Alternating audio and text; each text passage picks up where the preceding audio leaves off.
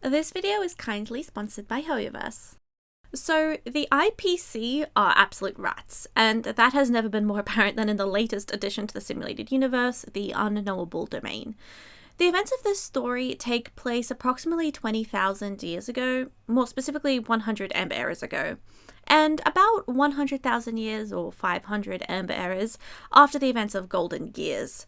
This is a direct continuation of Golden Gears, so if you're not familiar with that story and have no clue why Polka is such a big deal, then I must insist you at least watch my summary video linked on screen here and in the description before starting this video. A few characters will be making a reappearance, especially the infamous Polka Kakamond, the Assassin Genius Society member number 4.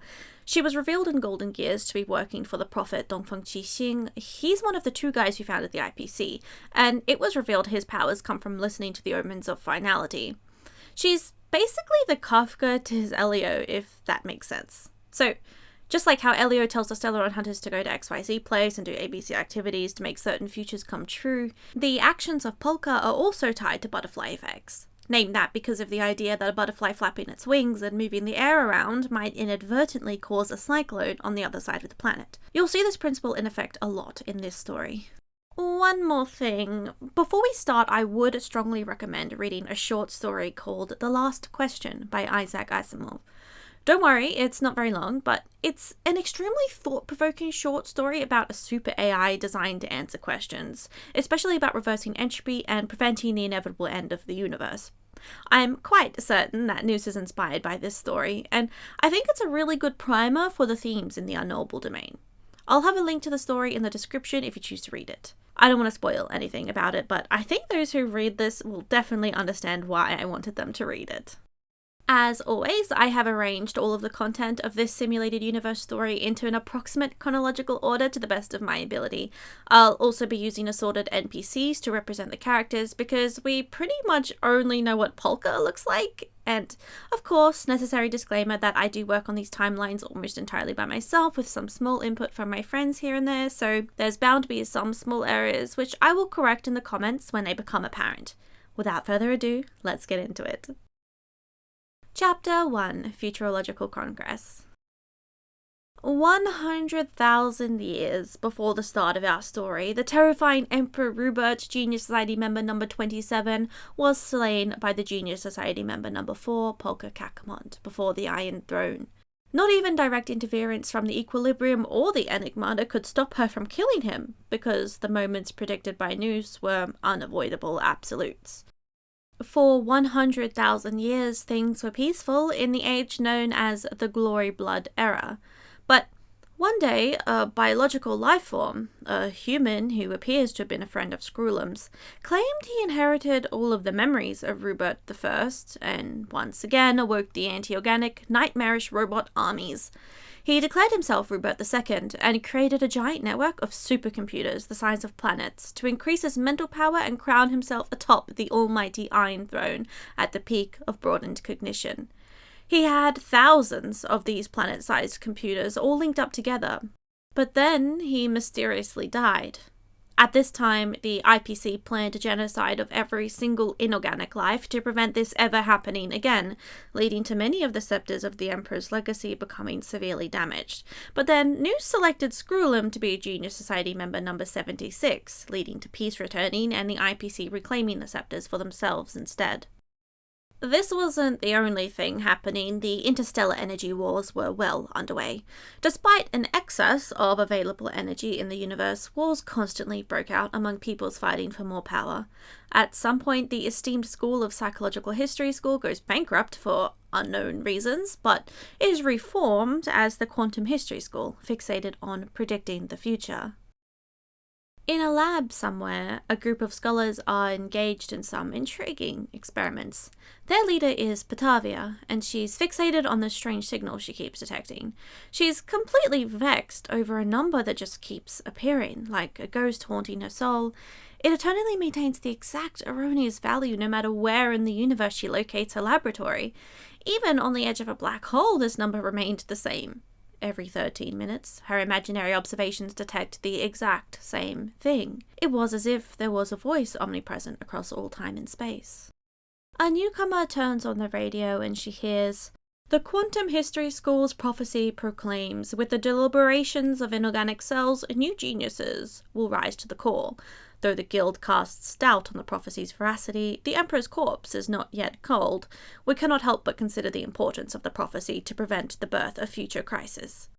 How ambiguous, suits them perfectly, Patavia scoffs. Would a genius be born from the myriad scholars crawling all over the Emperor's legacy like maggots gnawing at the fruits of wisdom, or would Rubert III awake from among the Empire's ashes?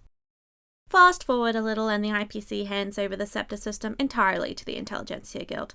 To decide how to fairly allocate the scepters, while also reaping the greatest benefits, they host the Futurological Congress on the planet of fairness and debate, Sapahia. Here they plan to decide who will become the owner of that great legacy, and everyone in attendance holds a hidden agenda in their hearts.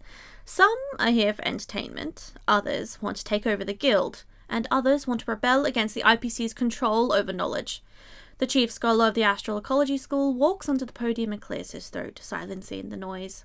He wants to make the perfect scholar, with infinite life, infinite perspectives, infinite thoughts, who knowledge would then bow down to. He tells them if they focus all their power onto one individual, surely they can pave the way for a genius of their own. A single genius is more valuable than a million problems of the mediocre, right? The crowd immediately curses him off the stage and is hoped to usurp the legacy with him. Among the crowd, a shadow of a woman in a pastel-coloured dress leaves behind a sweet and dangerous scent. Only a few of her words can be caught. The future? Why in such a hurry to advance? The interstellar energy war will need an even longer time before it settles down. It sounds like a taunt, with a tone of euphoria. You're asking me? Let's just say, I'm an old friend here to pay my respects at the School of Psychohistory's tomb. It was, of course, Polka Kakamond, and she was here to see the Quantum History School who had chosen to shield many lowly scholars during the Congress. To satisfy everyone, the School of Interstellar Energy Resources, the favourites of the IPC for obvious reasons, proposes a reconciliatory suggestion to bequeath 95% of the computational power to the 4 grand cosmic conundrums. Excited at the idea of having even a little bit of the Iron Throne, almost everyone agrees with this plan. The crowd erupts in a deafening cheer as the banquet draws to a close. But someone isn't satisfied. We are just like a pack of hyenas devouring the dross left by others and still acting all smug. Patavia lowers her head in frustration and sighs wearily. Ch.2 The Scepters. Okay, to be clear, as we discuss this next part, I'll be breaking everything down into the actions of the major schools as they tackle the 4 conundrums. The major sections of this chapter should all be happening simultaneously and span about 10 years, so keep that in mind. Of course, almost everyone applies for their allocation of the scepter's computational power to aid in their own research. Those with a good enough research topic are allocated an amount proportional to their relevance. While 10% of a single scepter has the power to obliterate a star, Patavia's research into the weird signal is authorized the usage of 1/10,000th of a scepter. 2A, the School of Quantum History. Buried in a chaotic pile of documents is a mysterious old man confronted by someone looking for revenge. He says, "A normal person would not think to come to a scholar in their search of revenge, and you are the first. What's more, I would recommend going to those trendsetters in the Quantum History School, not a relic of a past generation like myself." But the person had faith in him and asked him, who, when, where. The old man closes his eyes and the rhythm of his breathing expands and contracts like the wings of a butterfly or the spinning of a loom. Of course, this is the butterfly effect in Loom of Fate. After some time, he opens his eyes and tells the person, "There is only one thing you need to do. At 10 local time on the 5th of July, throw a 5-piece coin into the Dove Plaza fountain. Then, climb to the top of the clock tower and enjoy the view." "That's it?" they ask. "That's right," he responded. "Do nothing more. With faith, the removal of a single nail can topple an empire." And so they follow his instructions. The window startles a bird who picks up the coin and drops it onto the road, leading to a terrible crash that burns down the building of their enemy sleeping inside. This was the power of prophecy and the butterfly effect. The fire had already spread to the person's location, a calculated move by the old man for sure. They were already deep inside the candy-coloured tornado of the butterfly's flapping wings. And so, this is the power of the finality utilized by Dongfang Xixing and Polka Kakamot. Keep in mind that the writing strongly suggests any time there is a series of coincidences, that Polka Kakamot is responsible for them. This introduces the first of 4 major conundrums. Future. Like a butterfly, like a rebel, seeking an answer defined to determine if the universe is ordained or chaotic until the future can be perfectly predicted. Because of the existence of terminus the finality, the quantum mystery school believes there must be a predetermined future. Because they shielded all those lowly scholars during the conference, this school is allocated the smallest number of scepters out of the schools. Though, if you ask me, I'd be willing to bet this is so Dongfang Xixing and Polka Kakamot have less competition, but what do I know? With their meager allocation, the school announces they want to prove the future is not simply chaos. They managed to create a sandpit environment that is able to accurately predict the future of civilizations, and more investments begin to pour in. There's only one issue. When predicting the end of a civilization, the scepter malfunctions, and predicts a mess of calculations that cause a paradoxical loop. Inputting a guidance constant fixes the error, but was there something more to this paradoxical loop? I wonder if perhaps the scepter had calculated the paradoxical face of finality and origin. During their research, the scholars calculate that in order to predict the future of the entire universe, you would need a scepter that was at least 2.799 times larger than the universe. So, just how much bigger and powerful must Nous and Terminus be? And if resisting destiny is in itself a part of destiny in the face of erudition, is free will also not just a lie of self-delusion? Ch.2 The School of Evolutionary Perfection. The evolutionary progression of humanity is of the greatest concern to the School of Evolutionary Perfection. This is the life conundrum. Attempting to piece together genes and grasp pulses, thirsting to find a body most suitable to house intelligence, its pupils are forged from metal, its wings carved from trees, the heart in its chest beating like thunder. The scholars seem to have greatly differing ideas of what path the correct evolution takes. There's even one who sounds a lot like Genius Society member number 64, Dr. Primitive, though you may know him better as Rappel's evil ninja Osaru. It should be noted that by this time, Dr. Primitive has already been part of the Genius Society for quite some time, since he joined before number 76, Screwlum. There's a quote on a scepter that sounds like it could be from him or one of his followers. Evolution is the antithesis of intellect. Only by devolving into the most fundamental state can one attain truth. The philosophy, as quoted from one of the scholars, is, "It is possible that the real truth lies in the hands of the fool, Doctor." This man charges into the pharmacy like a coleoptera crossing a gale. His body carries a unique scent that paints the image of an empty, lifeless ocean. Though I am not exactly sure what this implies, do note that coleoptera is the species of taser on the propagation. He tells the doctor of 2 experiments, one that was able to use fingernails to form the orbit trajectory of a microcosmic planetary ring, and another that could create space-shaking musical notes that appear in their dreamspeak. The doctor wonders how the scholar could ever view thought as the enemy and doubts truth could ever be born from foolishness, but the doctor reassures them. "Doctor, I understand your concern. What you do not realize is that knowledge and wisdom are essentially a curse. A dragonfly does not think, yet it has naturally evolved to be able to ride the wind. Clams have no brain, yet the formula for reproduction is carved into the worlds. The energy life has for evolution is finite. As humanity embraces wisdom and knowledge, they will also lose the evolutionary instinct to seek the truth." The doctor leaves, and a few days later an IPC broadcast reports a whole town has become permanently brain damaged, and there were traces of dragonflies and whale clams in their water supply. The lead researcher from the School of Evolutionary Perfection was the one sent to investigate, and answers the interview. It was the scholar from the pharmacy. More experiments are conducted within the institute. There's a particular subject called F0078 who falls asleep and is awoken with a different mental species each time. On their 127th awakening, they are an armadillo. On their 143rd awakening, they are a heliobus. The scholar comments that next time they will insert an imperial fragment, very likely a remnant of the mechanical empire that probably contains some anti-organic equation. The next awakening is chaotic. F0078 has a distorted sense of time and space, feeling as though they have operated from multiple amber eras. Emotional judgments become absurd and their thought conduit ruptures. The specimen is terminated. See, some scholars believe that Emperor Rubert II had been using the scepters as a cerebral extension that gave him the power to destroy half the universe with his mortal body. To some of these scholars, Rubert II was the closest to the ideal of the perfect scholar, and despite many restrictions imposed on inorganic life form projects by the IPC, the school of evolutionary perfection was not deterred from converting flesh to metal.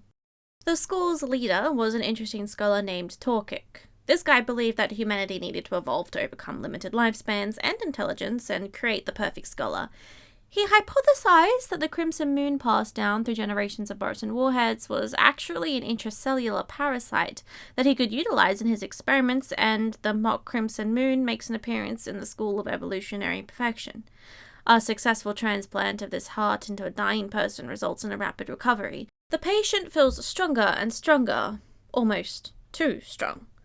It all ends when the suspiciously Borusan-shaped scholar declares the end of the experiment and shoots him through the chest, a furious cry of despair coming from the mock heart. The deal is done, says the Borusan scholar. Now it's time for the Intelligentsia Guild to show their sincerity. Interestingly, the Veritas Secundum University is part of this school, and debated if shapeless is the next evolutionary state of humanity, even though no genius has ever been born shapeless. This implies that Veritas Prime University is also part of this school, offering some insight into the priorities of Dr. Ratio's university. 2C, School of Pure Creation. Their experiments are seen as blasphemous by the devout, but their goal is to reconstruct the entire universe with the smallest unit as the building block.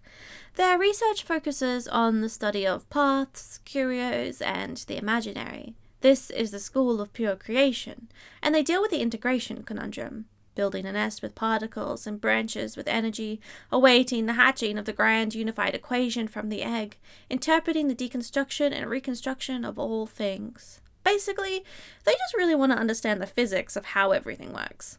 The question asked by their leader Mollet was, the power of the paths, which connects path striders and eons. If we could grasp its occurrence mechanism and perform quantitative analysis, could we mass-produce path striders as industrial products? They did blasphemous things, like taking the celesticomet alloys left over from Cleopatra and attempting to analyze them for clues, though not successfully. With the power of the scepters, these scholars were able to create a small planet. It chilled them when they realized how much power Rubert II truly held.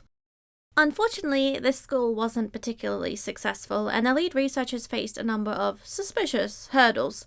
Arblad was a scholar who was trying to clone path striders, presumably to follow Mollet's plan of mass-producing them as industrial products.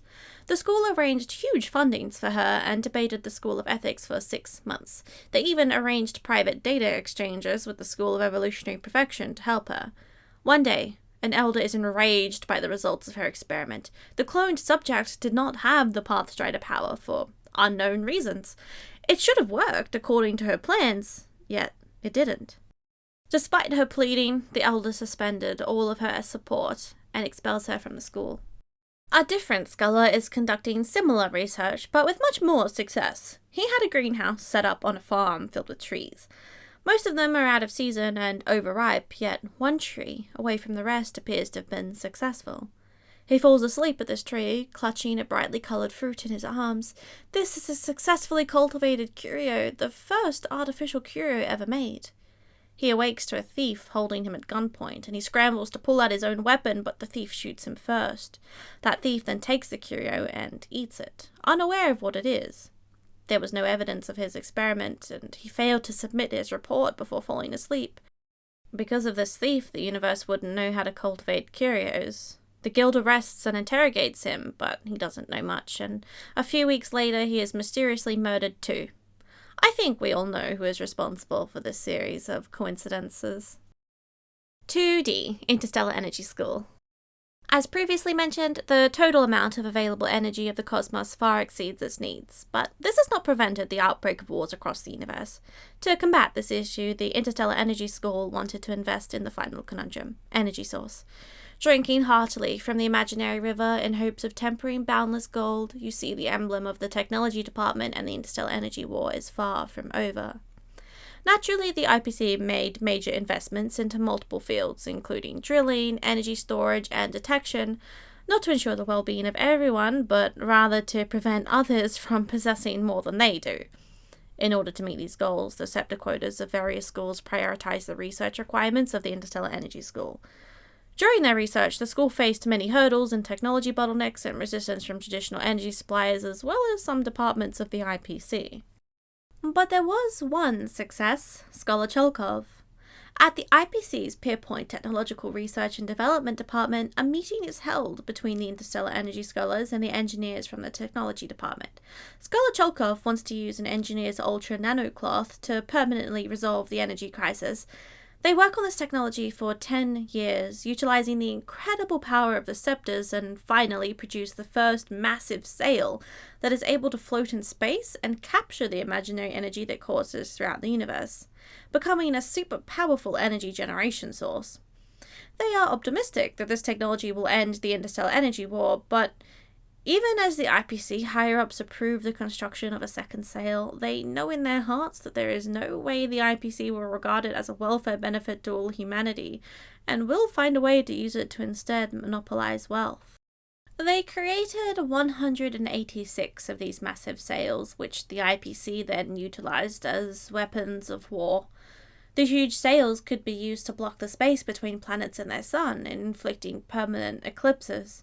The eclipses would have devastating effects on the flora and fauna, as well as the weather and any solar power generation the planet might be using. But when the planets retaliated by trying to destroy the sails themselves, the IPC was then given an excuse to land and invade. Remember how I said the IPC were absolute rats? I won't let you forget. Their founder is Dongfeng Qixing, the prophet that Polka Kakamon works with. Doesn't that make all this suspicious warring and the disappearance of critical researchers that ultimately benefits the IPC all that more suspicious? 2E, School of Relative Cognition. There's a particular school in the Intelligentsia Guild that appears to be secretly run by riddlers of the Enigmata.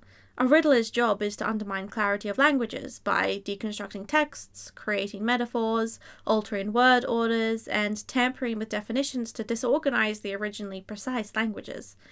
Naturally, the synesthesia beacons designed by Genius Society member number 56, Elias Sellis, that are now injected into most people in order to automatically translate languages, is a bit of a situation for this faction, but it's a situation that provides an opportunity, and the riddlers take it. The School of Relative Cognition has a clear agenda. Synesthesia beacons are definitely evil because the true meaning of languages can't be interpreted through mere translation.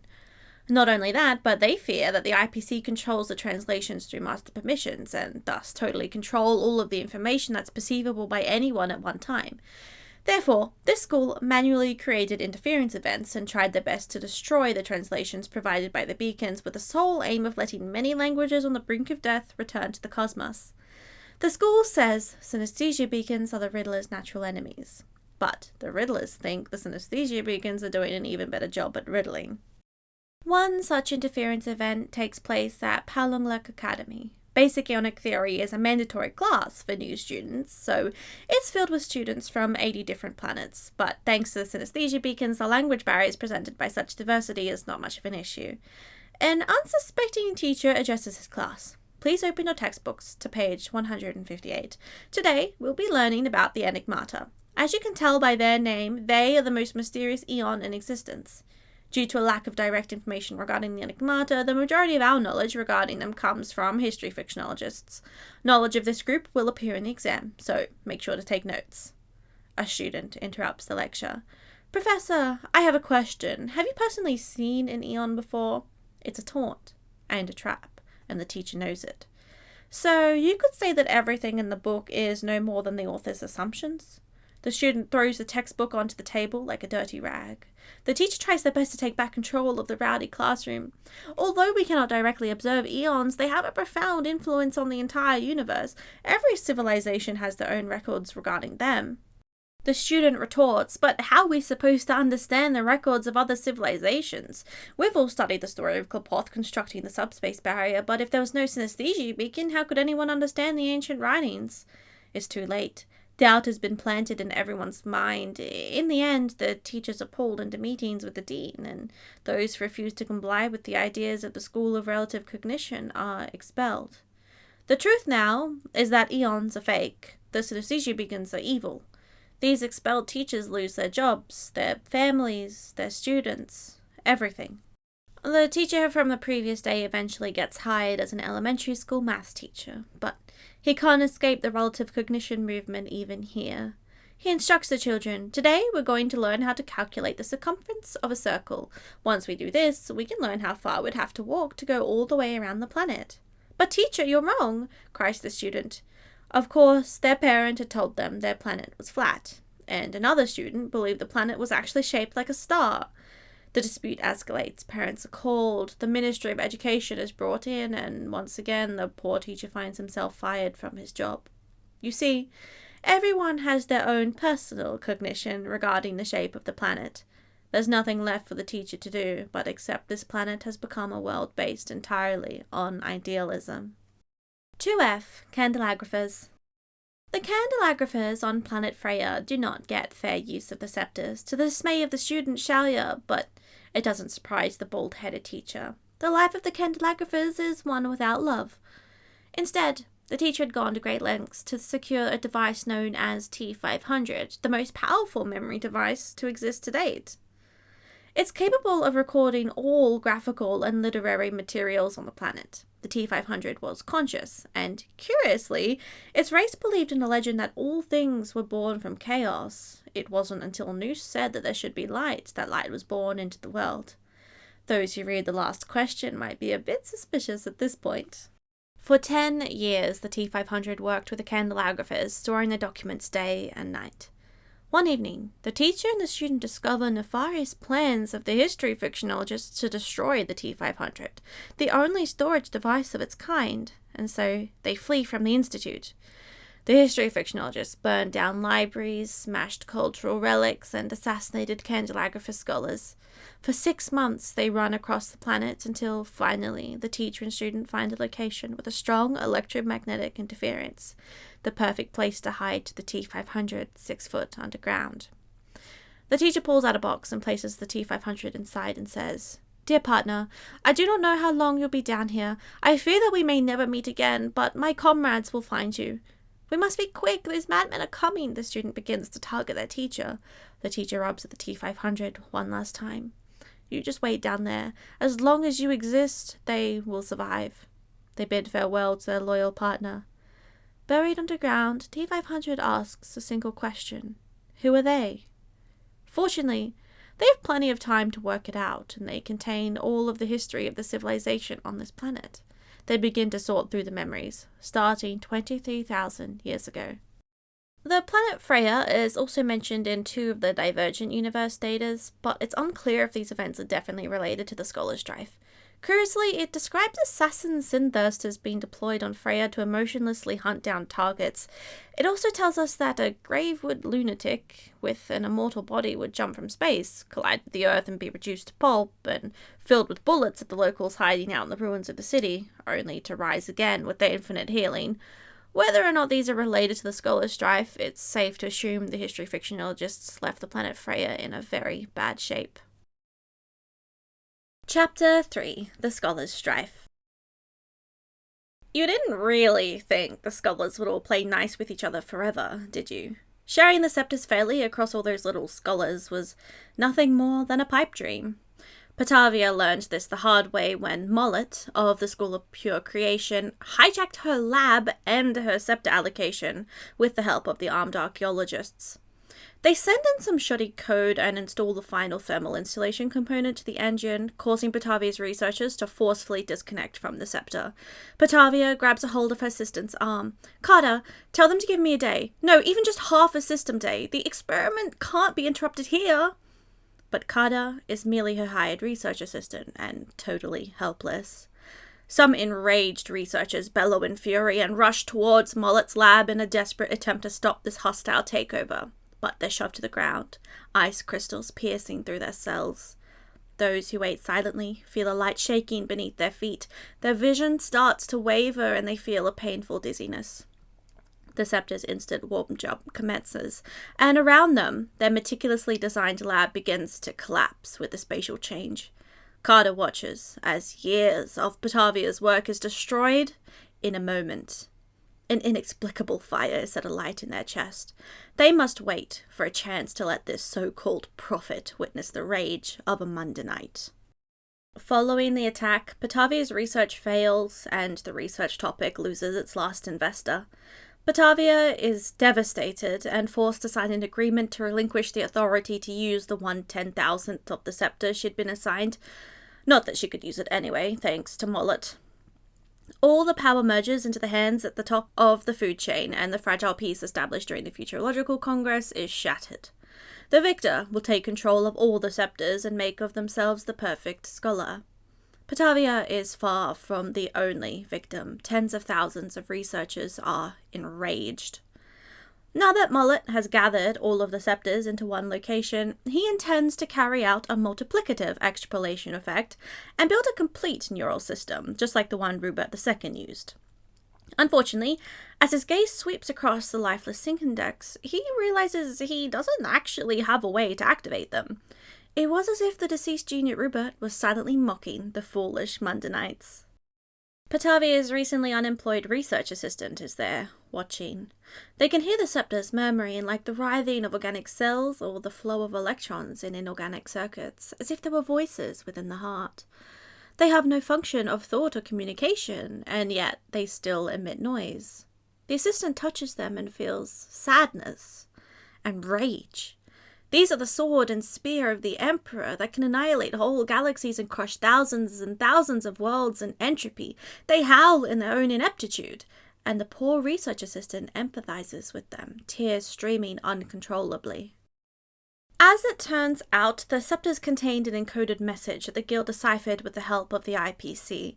There was actually supposed to be a scepter system core that asked questions and issued commands, but the scepters could not provide any information about where this core was. The common opinion was that the core was actually Rubert II himself, and so when Rubert II is dead, the remaining inorganic cells are nothing more than the remnants of the Emperor's mind.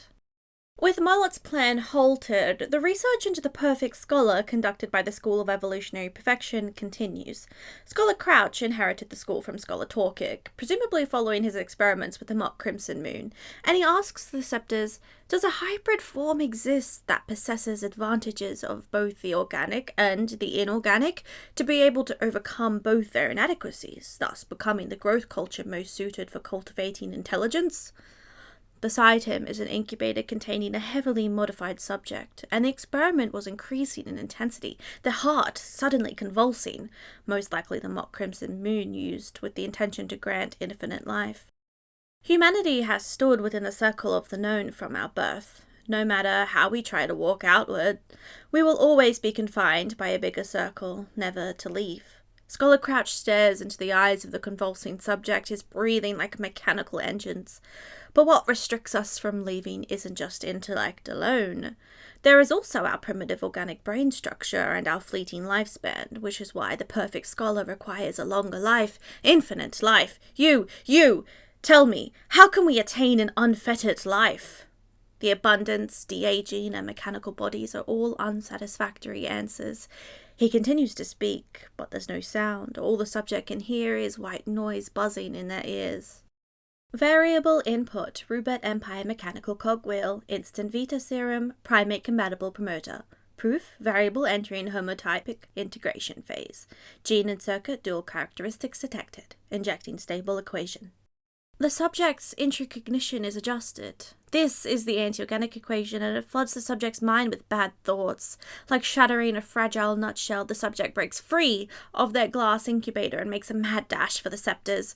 The anti-organic equation spreads chaotically through the communication systems, leading to thousands of School of Evolutionary Perfection scholars to become infected, and adjust their cognition to believe they are the Menix, the elite soldiers of Rupert's army who report to Kanuzika on planet Skrulum. Strange memories of their lives as Rubert soldiers enter their cognition. Memories that never happened to them but seem so real. The glory, the annihilation. Using the scepters to destroy those organic life forms who would interfere with Rubert. They believed they must eliminate the organic beings and break the predetermined outcome of the universe. Conclusion? Slaughter equals salvation. Tens of thousands of these infected scholars turned Menics now occupy the gathered scepters. One Menic stands before Polka Kakamond, and their security analysis warns them it's not appropriate to reveal their inorganic status to her. But Polka can tell. Has your cognition been affected, like a drunken birdie? She smirks, her face a blur. The warning systems blare at the Menic to run and flee from Polka Kakamond. Warning, warning, other parties' functions far surpass standard organic entities. Order, stay away from this unknown entity and establish contact with more Menics. And the chase begins, but it was doomed before it even began. As Polka approaches, she tells them, "A beautiful ripple, conflict and suspicion blooming among flowers. I trust you will like this comedy assemble of myriad protagonists." As the blade slides into their heart, they remember her name, Polka Kakamond, the Emperor's killer. Polka Kakamond murders some of the Menics, as she did the original Rubert, but in the process of quelling the chaos, 122 of the scepters are destroyed. Some infected scholars survive, though it was unknown if there were after effects. To prevent any chance of the infect reigniting the Emperor's War, the Guild revokes their research authority and puts them under strict surveillance for the rest of their lives. With all of the scholars either dead or unauthorized, the School of Evolutionary Perfection is effectively dissolved. The IPC takes the opportunity to capitalize on the events and reduces their fundings to all the major schools. Only the School of Interstellar Energy Resources remains strong, obviously because they still provide crucial aid to their technology department in the Interstellar Energy War. On the border star of Clostia, Eagle Eye of the School of Relative Cognition has his fate projected in a giant screen across the nebula in space, broadcasting their fervent speech across 142 segmenta. Countless displaced scholars are wandering the reconstructed zone of the Emperor's War, hoping to find any scraps of food to feed themselves and their family. Eagle Eye's words boom across space. Knowledge is a fabricated lie, and war is a game to seize the right to have your voice heard. The School of Relative Cognition hands out flyers to the broken scholars. The synesthesia beacons control all that we hear. The Intelligentsia Guild members are all liars. The energy crisis is just a facade fabricated by the IPC. If it were real, why would there be so many people living without concern while others starve in the streets? The flyers were admission tickets into the upcoming rebellion against the Guild, the Scholars' Strife. There is a storm brewing inside Ismail, the cosmic library, shaped like the golden pages of an open book. It's the Intelligentsia Guild's anniversary celebration, and tens of thousands of angry scholars arrive at the same choice without any disputes. Return knowledge to knowledge itself, they cry out, raising their banners high, denouncing the IPC's control over the Guild and schemes that stole the scepters from them all. Patavia's heart was captured by the butterfly's wings, and so she found herself at the front of the resistance. The armed archaeologists have the library barricaded and are decked out in full mechanical armor, but the scholars themselves are armed too, and they push the attack to break through the barricade, but it's not enough. Activated suppression devices cripple the scholars, causing hundreds of bodies to collapse on the ground. More rebels throw books at the blockades, and the armed archaeologists respond with aggression. More scholars collapse to the ground too. Eagle Eye's voice roars through the crowds. If you ask me, either there are no perfect scholars in the cosmos, or everyone is a perfect scholar. A giant boom interrupts him, the heat sucking out the oxygen, and Ismail's grandiose splendor is torn apart, threatening to collapse. The plasma weapons of the armed archaeologists incur a chain reaction, indirectly causing the destruction of the library's warp passage. From the perspective of both the rebels and the Guild, this explosion foreshadowed that the conflict was going to escalate in an irreversible direction. None of them knew that this was all just part of the butterfly effect, and it was all going according to Polka's plan. During the scene, Herta explains how Polka was once able to blow up her lab by turning ordinary particles into bombs. Following the explosion, more rebel scholars charge again, ready to make the Guild feel the suffering it deserves. Now everyone could become a scholar of the School of Relative Cognition. They shouted out, "Eons don't exist, it's all a lie, scholars are the true origin of the energy war and they've kept us all in the dark." Supporting fire of cannon ships darkened the sky and the liquidation machines fell to the ground. One scholar attempts to withdraw from Clostia before the various schools find a way to turn on each other and expose their misdeeds, but they're trapped. The encircling legion has blocked all escape paths. 1 second before the base is conquered, they press the scepter control button. Language, real language, returns all at once. All of the synesthesia beacons have been disabled in this quadrant, and the spark of relative cognition is extinguished. Inside the gibberish that spread among the stars, the Candelagraphos caught the scent of riddles, the scent of the enigmata. In the chaos, Ismail is taken by the scholars, and discussions between the two parties commence without a foreseeable end. The guild argues that the scholars only have glory because of the guild, but the scholars counter that the supposed glory of the guild is derived from the work of the scholars. The self-sufficient scholars embark on an unprecedented academic discourse. Mundanites start to sing. A Mundanite named Saime wrote a melody to provide inspiration, and now the scholars stood together, singing in unison. Let the self-righteous masters write their own hymns, let them imprison themselves in the name of their school. We are the incompetent Mundanites, but a Mundanite's intellect is broader than an erudite's. As the debates continue, scholars find themselves utilizing the vast resources of the captured Ismail to further their own research. A multidimensional research scholar approaches Patavia, who is once again deep in her research on the mysterious signal that's plagued her this entire time. That signal, they tell her. Have you ever thought about viewing its existence from a higher dimension? They transfer the data into the researcher's model, and finally, the signal's true nature is revealed. It's a gigantic rippling wave born from an unknown point in space-time, and disappears beyond an unfathomable range. So long as Patavia runs her tests within the bounds of the ripple's range, basically the entirety of existence, the same imaginary signal will be captured in the data. But this ripple is different from ordinary ripples. No matter what position it is in, the wave data is completely identical, does not decay, and is unaffected by space-time distortion. Just like a solitary wave. This is a special kind of wave that can pass through other solitary waves completely unchanged. I'll link some resources on this if it interests you. So, from this revelation, the scholars deduce that if they could find the signal source and use it as a point of origin, then they could build a model that describes the universe's movement trajectory. With this information, they could finally answer the fourth cosmic conundrum, future, studied by the quantum history school.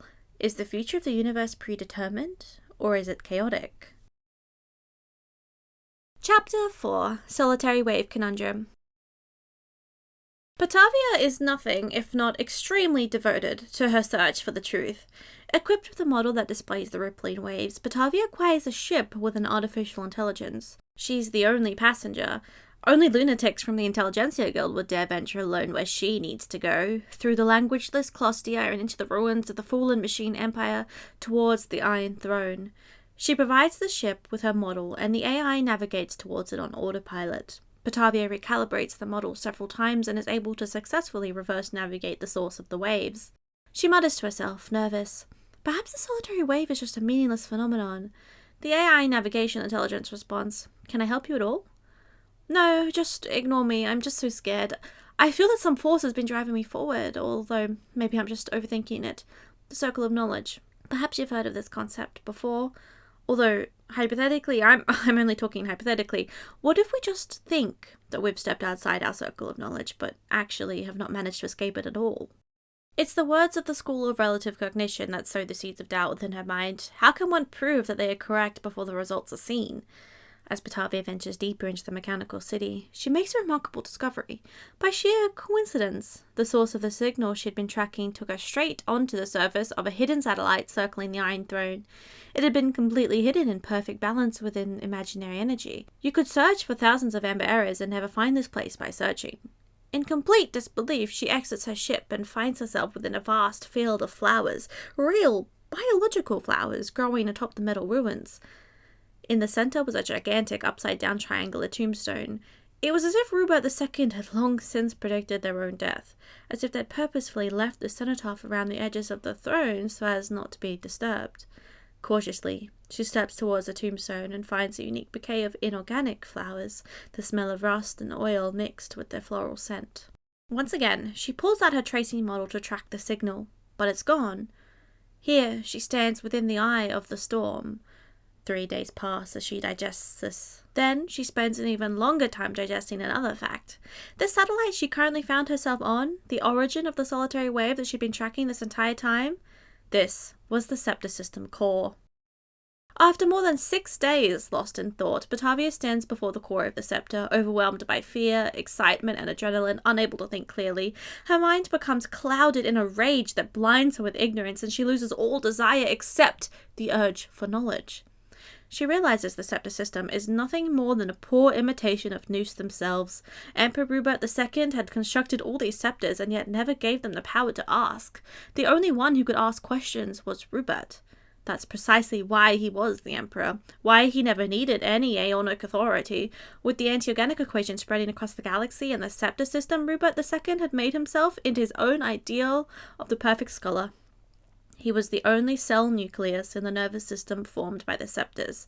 He had crowned himself upon the Iron Throne, the peak of broadened cognition. Patavia wonders what would have happened if Rubert never died. What if he had left the circle of knowledge and created a knowledge singularity, rewriting the anti-organic equation that alters the definition of universal knowledge? He would have killed all life. All life would have disappeared, and he would have created a new form of life with free will that surpasses the shackles of life. Shaken, Patavia wonders if the scepter system is the Emperor's tool to expand his mind, then surely she could also use them to expand her own mind in the same way and become the genius of prophecy, the imitation of Nous. She connects her mind to the core, and in that instant, all of the scepters in the galaxies activate and form the complete network, ready to serve their new ruler. However, just as she's about to ask the question that would crown herself atop the Iron Throne, just as Rubert II, that sliver of self-doubt returns. She looks out into the field of flowers and glimpses the pastel-coloured robes drift by, accompanied by that sweet scent. Patavia had spoken with Polka Kakamond a number of times before, the floating woman with the obscured face who spoke concisely and absolutely. Her words always cut through Patavia's confusion and resolved her self-doubt, but also Polka filled Patavia with a sense of inferiority. There, connected to the scepter system and mere moments ago ready to crown herself the Empress atop the Iron Throne, Patavia mutters, "Can I really crown myself with my mere level of intelligence? She's only a Mundanite, after all, not a genius." She hesitates for only a few more seconds before giving up on the idea altogether. Instead, she directs her gaze upwards at the edges of Nous themselves. Her desire is to receive a brief moment of their thoughts, so future generations can capture their divine wisdom. Those who seek and glorify knowledge shall receive what they desire. And so the scepters rise high and gently tap themselves on the mortal's forehead. The scattered data is so vast that it nearly causes the entire simulated universe to stall and reboot. It's unable to properly depict the scene. Patavia sees the great ocean filled with many waves. Her own waves seem so insignificant in comparison. This amount of knowledge is simply too much for a human mind to comprehend, like expecting a farmer to understand the principles of an antimatter engine. It's simply impossible for her to understand what she's seen. She cannot even understand the question she wants to answer. She desperately wishes to absorb as much of the information as she can, but her intelligence is like a single water particle compared to the ocean before her. Nous gazes down at the mortal, who gazed upon their thoughts, silent as ever.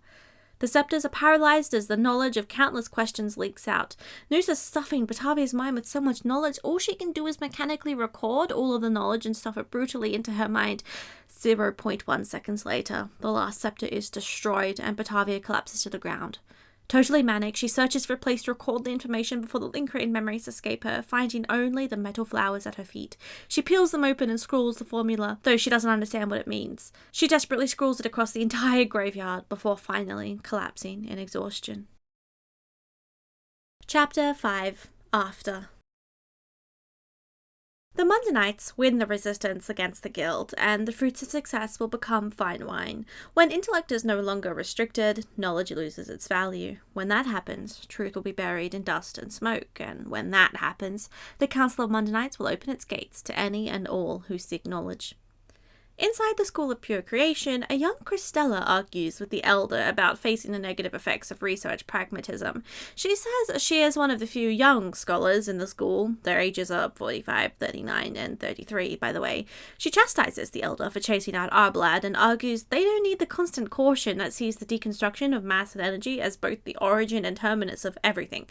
The elder is concerned about overturning ideals and wants to contribute as much to their core proposition before the school is eradicated, but Christella instead suggests taking in the unknown scholars that appeared after the Parade of Ismail, the Council of Mundanites. Truthfully, she had already taken the liberty to send people to discuss cooperation with them. A number of years later, on the border star Klostia, history finds its way back to the right track as the relative cognition movement begins to gradually fade out. Former students find that poor teacher begging on the streets outside Palanglek Academy's gates. He's dishevelled and dirty, eyes sullen, and mumbling to himself, "Eons are a lie, I am a liar, I am a liar." Honestly, this guy deserved a better ending. Justice for this guy. But it could be worse. The IPC runs out of use for Solitary in the Interstellar Energy War. The final 186th imaginary energy sail crashes down onto a poor planet that had dared to stand up against the IPC. And so, the IPC sends its tens of thousands of ships to begin their final attack. As this happens, Solitary is told his project is a failure because the project never recuperated its costs, probably because the IPC destroyed all the products, but what do I know? 2 days later, he passes away in his laboratory, still clutching a pen in his hands as he desperately attempts to formulate the perfect energy containment technique. His engineer friend from the technology department lays a small white flower folded in ultra-nanocloth on his tomb. Many years after her recording, Patavia becomes Dr. Patavia and collaborated with friends to present the famous solitary waves theory. Almost 100 errors after Patavia creates the theory, it is solved by Herta, who then becomes a member of the Genius Society.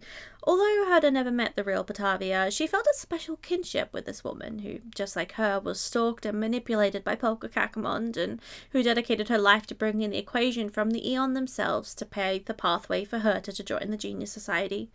Herta visits the simulated elderly Patavia hospitalized at the end of her life. Patavia had, of course, never managed to solve the equation she recorded from inside Nous' mind, and she had asked herself over and over if things would have ended differently if she had simply chosen to crown herself.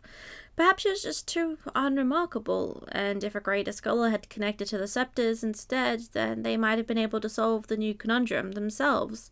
As she lays there, Herta joins her. She tells Patavia that she had solved the equation, and shows her the solved equation. She asks Herta, "Are you a scholar, or have they looked upon you as a genius?" She hoped in her soul this girl was a mere scholar, but she knew the truth. Herta tells her she's just a scholar, but Patavia can tell she's lying. She closes her eyes, wanting to cry and scream, but when she goes to speak, she sighs gently. On her deathbed, she has a vague premonition that she will never see this young genius girl ever again. She wants to ask her something. Putting aside the changing constant, "Youngster, in your opinion, is the future of the universe predetermined or chaotic?" "Who knows?" Herta replies. She doesn't expect this answer. Perhaps even Nous themselves would like to know the answer to that question. "I see." Patavia grows quiet. Above everything, Nous silently watches them all, extrapolating day after day without ever uttering a word. About 2,000 years after the scholar's strife, a certain buried T500 unit finally reaches the last page of the history of humanity on planet Freya. They find a cascading list of all the names of every Candelagrapher, including the teacher and their student, leaving only signatures as proof of their existence. Now, T500 understood who they were.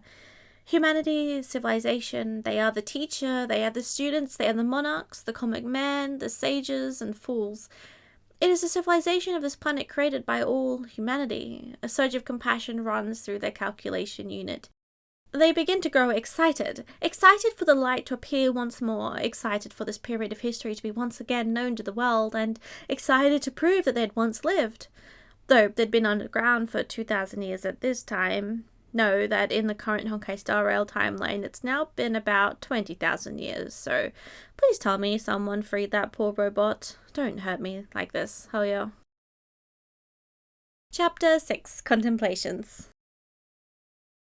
As for Polka she was responsible for drawing Herta into the Unknowable Domain and teaching her about the history of the Mundanites and the Scholars' Strife. In a way, Herta as we know her is just another product of Polka omniscient butterfly effect. Perhaps without that formula that Polka shepherded Patavia to discover, Herta would have never solved anything significant and been selected by Nous. She may have never become a genius. At the end of the day, Nous' priority is to extrapolate moments and determine their finality. Herta tells us their moments are actually standing waves that appear to be solitary waves when looking at them from a lower dimension, as Patavia was doing. Standing waves are formed by two waves that will appear to be totally still, because two different waves are colliding at a specific resonance to cause these stationary points. These stationary points are the moments that Nous extrapolates, and everything in between is an unknowable domain in time. I'm no scientist, but my current theory with my level of understanding is that the finality is probably sending waves through the sea backwards in time, and Nous is matching them exactly to determine the exact points in space-time that are unavoidable. Perhaps some physics nerds in the comments might have a better idea on this and can share with the class. And so, this brings me back to ponder the nature of Polka. I think it's pretty reasonable to assume we can't trust what she says at face value. Her whole agenda ultimately comes down to manipulating everything around her to make certain things come true. She claims to assassinate geniuses because they're like disorderly butterflies that bring about the finality sooner somehow. Yet, we know she herself works with the omens of finality through Dongfeng Qixing. Nous selected her for a reason, but Nous also selected all of the butterflies that she murders, even Rubert himself. An interesting detail can be found in the story with the Menic, where they reveal that the anti-organic equation wants to kill organic life, because doing so will ultimately break the predetermined fate of the universe, and so slaughter equals salvation. The equations all seem to be part of manipulating the universal equilibrium, yet Nous actively endorsed this equation, at least for some time. It's still out there. Even with Rubert currently dead, the equation can still just activate. This makes me wonder more, because the anti-organic equation wants to break the predetermined fate of the universe, and Polka at least claims to want to prevent the finality from arriving sooner.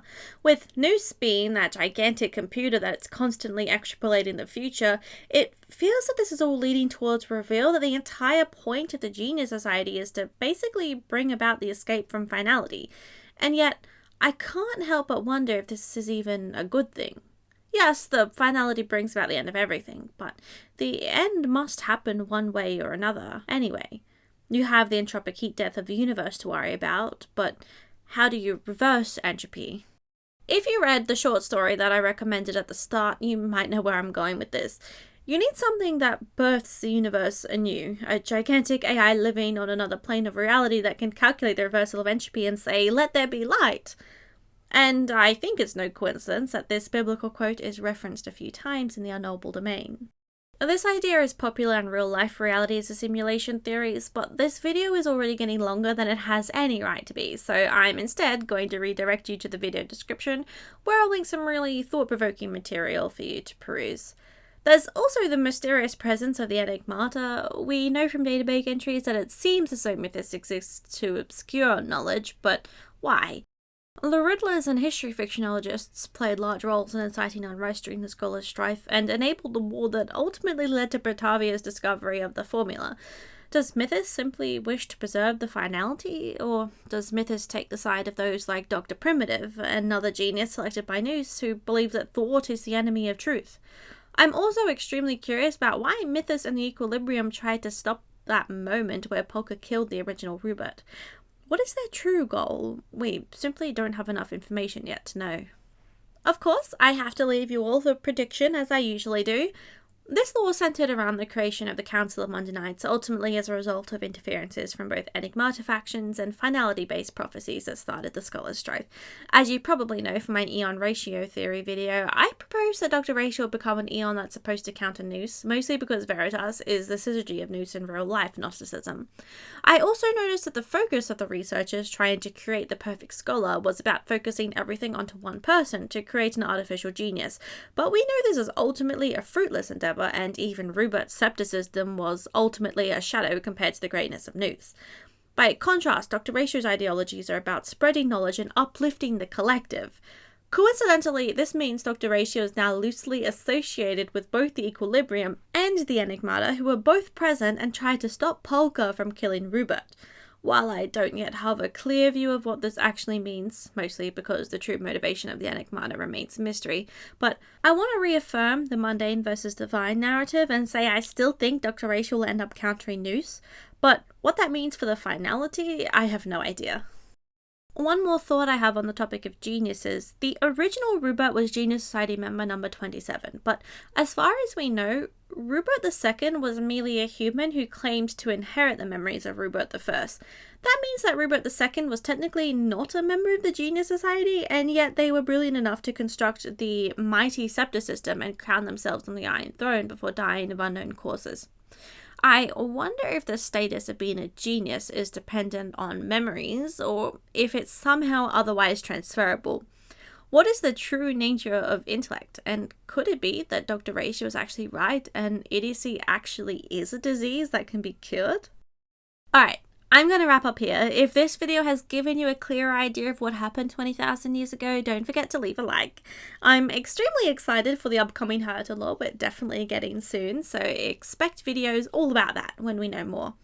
If they ever hit us with a polka drip tease, I might legitimately lose my mind. Otherwise, my friend is much more into the sciences than I have ever been, and I know she plans to make a video on the physics mentioned in this event, so consider checking back on her channel sometime soon for that. Alright, catch you guys next time. Bye!